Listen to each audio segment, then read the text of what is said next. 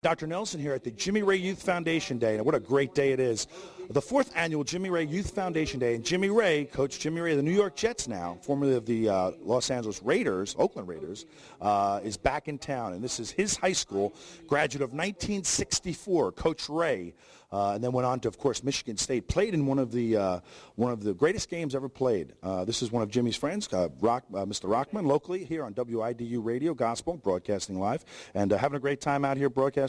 Having a great time. Yeah. Matter of fact, I'm looking forward to the camp with the youth this afternoon. Right. I come on at 11 o'clock, and I'm going to encourage all the young folks to come on out.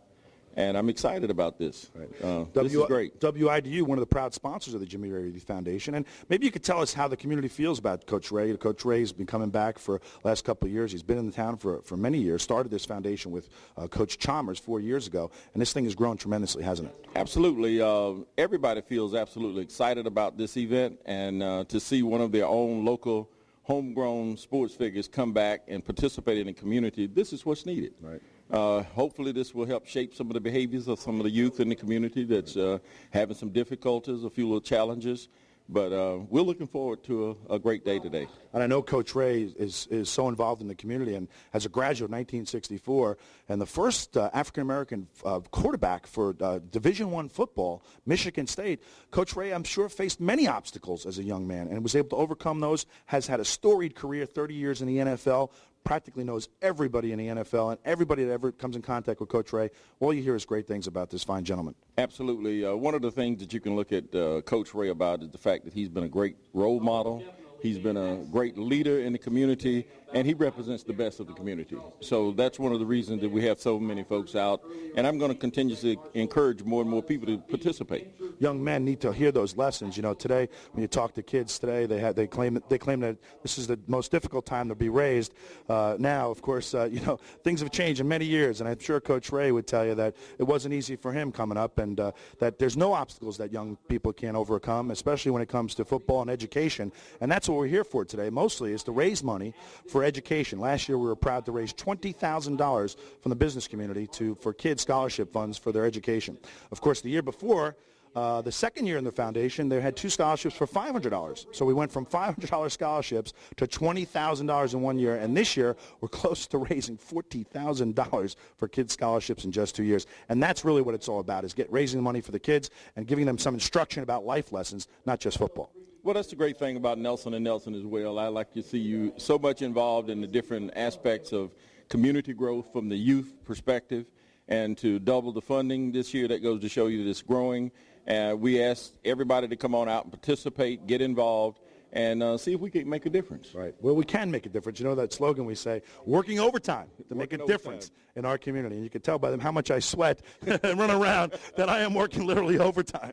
So we appreciate Nelson and Nelson. We actually definitely appreciate the Jimmy Raye Foundation and all those who participate. We ask you to continue to come on and just be part of all this great fun and entertainment. Not only that, just be a good role model in the community, just like Jimmy Raye has been. Thank you, sir. And we want to turn our attention to this gentleman over here. You know, not everything is serious, although we're having a great fun, and that's what it's all about, is fun for the kids. If you can have fun, Catman, and do something you love in life, they say you got it made. And I'm certainly, I met this guy a couple of years ago. I'm a big Panther fan, and we met in the parking lot, and then we went to the Super Bowl, and I saw him out there, and this is the official unofficial fans' favorite mascot, Catman of the Carolina Panthers. And Catman, you came in from Charlotte today, and I know you came here last year. I asked you to come, and you're back for the kids, and it's a pleasure to have you back. Well, I've certainly appreciated listening to you talk about Mr. Jimmy Raye.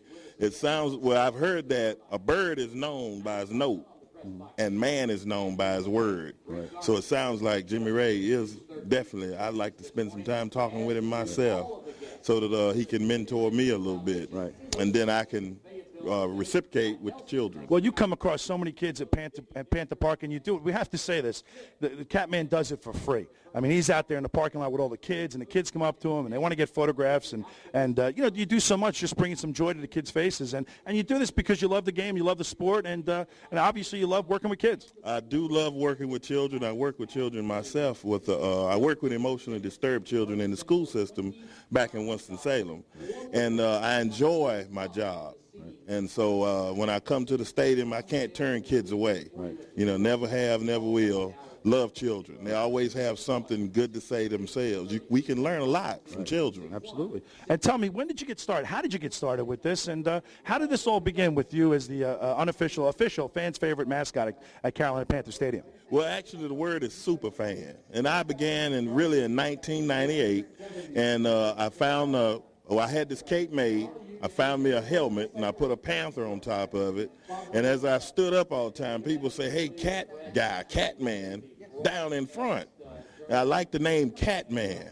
So I stuck with Catman, and then Visa sponsored a contest to have fans inducted into the NFL Hall of Fame.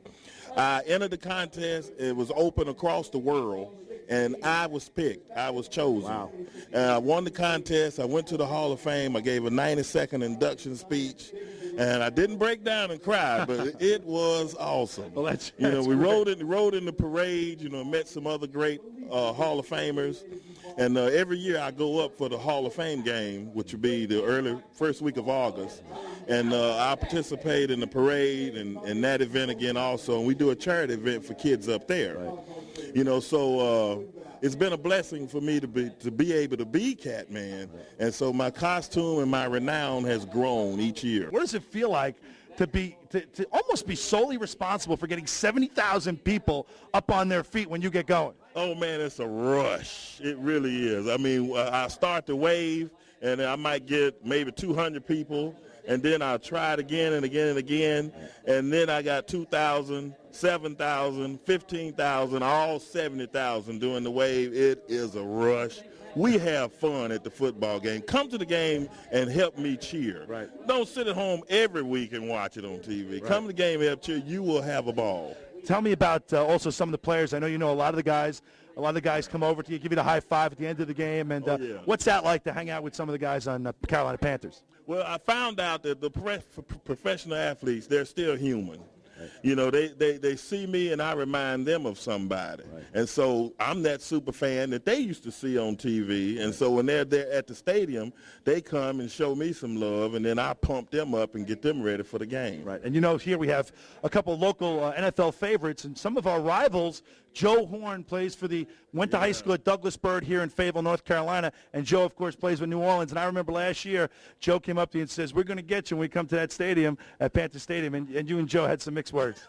Well, Joe didn't come over to my seat. I screamed at him, but he ignored me on purpose, so I can't wait to see him today so I can ask him why he done that. So you know Joe Horn, and, of course, Fayetteville, this community, a lot of professional NFL football players from the Cape Fear region. What a great region for football in this part of the state. And I'm sure you see a lot of these guys that you recognize some faces from some of the high school kids that made up the ranks.